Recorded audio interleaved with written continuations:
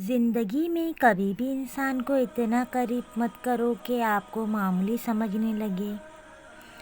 جس کو علم ہو جائے کہ اللہ بڑے غور سے سنتا ہے تو پھر وہ اپنی کہانی کسی اور کو نہیں سناتا۔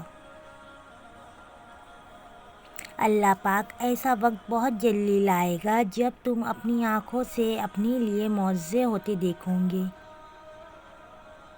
الحمدللہ کہنے کی عادت ڈالیں۔ اللہ شکر گزاروں کو بہت پسند کرتا ہے۔ صرف دو لوگ مقدر بدلنے والے ہوتے ہیں، ایک وہ جنہیں وفادار دوست ملتا ہے اور دوسرا جن کے ساتھ ماں کی دعا ہوتی ہے۔ پانی حد سے بڑھ جائے تو طوفان بن جاتا ہے، انسان حد سے بڑھ جائے تو شیطان بن جاتا ہے۔ اگر تم کسی کے ساتھ بھلائی کرو اور وہ تمہیں اس کا بدلہ برائی کی صورت میں ملے تو سمجھ لو تمہاری نیکی قبول ہو گئی ہے۔ بیمار ہونے پر اپنے دشمنوں کو معاف کر دیں تاکہ آپ کی صحت یاب ہو جائے۔ بنا بلائے مہمان کی خیر مقدم اس وقت ہوتا ہے جب وہ جا چکے ہوتے۔ مصیبت اس حالت کا نام ہے جس میں انسان اپنے محدودوں سے نجات پا کر خود کو پہچانتا ہے۔ فراموش کرنے والے خوش قسمت ہوتے ہیں کیونکہ وہ اپنی غلطیوں پر قابو پا لیتے ہیں۔ بعض لوگ اپنی ابتدائی عمر زندگی کے آخری حصے کو خوشگوار بنانے میں لگا دیتے ہیں۔ لوگ پہلے آزادی کے لیے جنگ کرتے تھے، پھر قانون کو آزادی دے دیتی تھی اور آزادی ان کی نذر کر دیتی تھی۔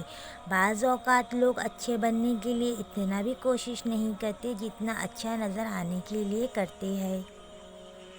نصیب کیسا بھی ہو، اگر نماز اور قرآن سے مدد لے کر اللہ سے جو بھی مانگو ضرور ملتا ہے۔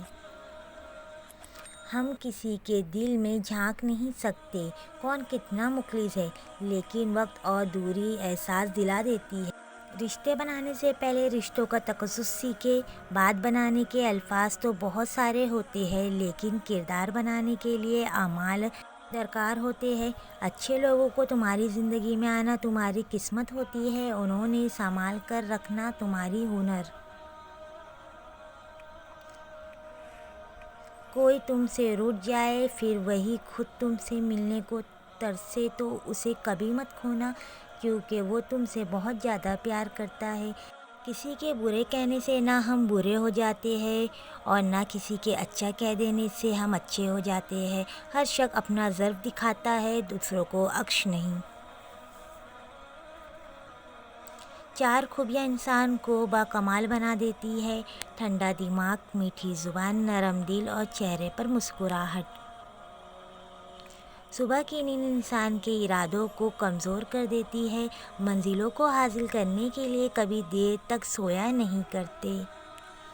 لوہے کا کلہاڑ لکڑی کا ایک چھلکا تک نہیں اتار سکتا جب تک اس کے ساتھ خود لکڑی کا دستہ نہیں ہوتا۔ بدتمیزی کا تعلق تعلیم سے نہیں تربیت سے ہوتا ہے۔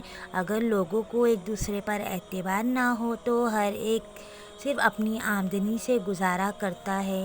3 چیزوں میں کبھی شرم محسوس نہ کریں: نمبر 1 پرانے کپڑے، نمبر 2 غریب دوستوں، نمبر 3 بوڑھے ماں باپ ہونے پر۔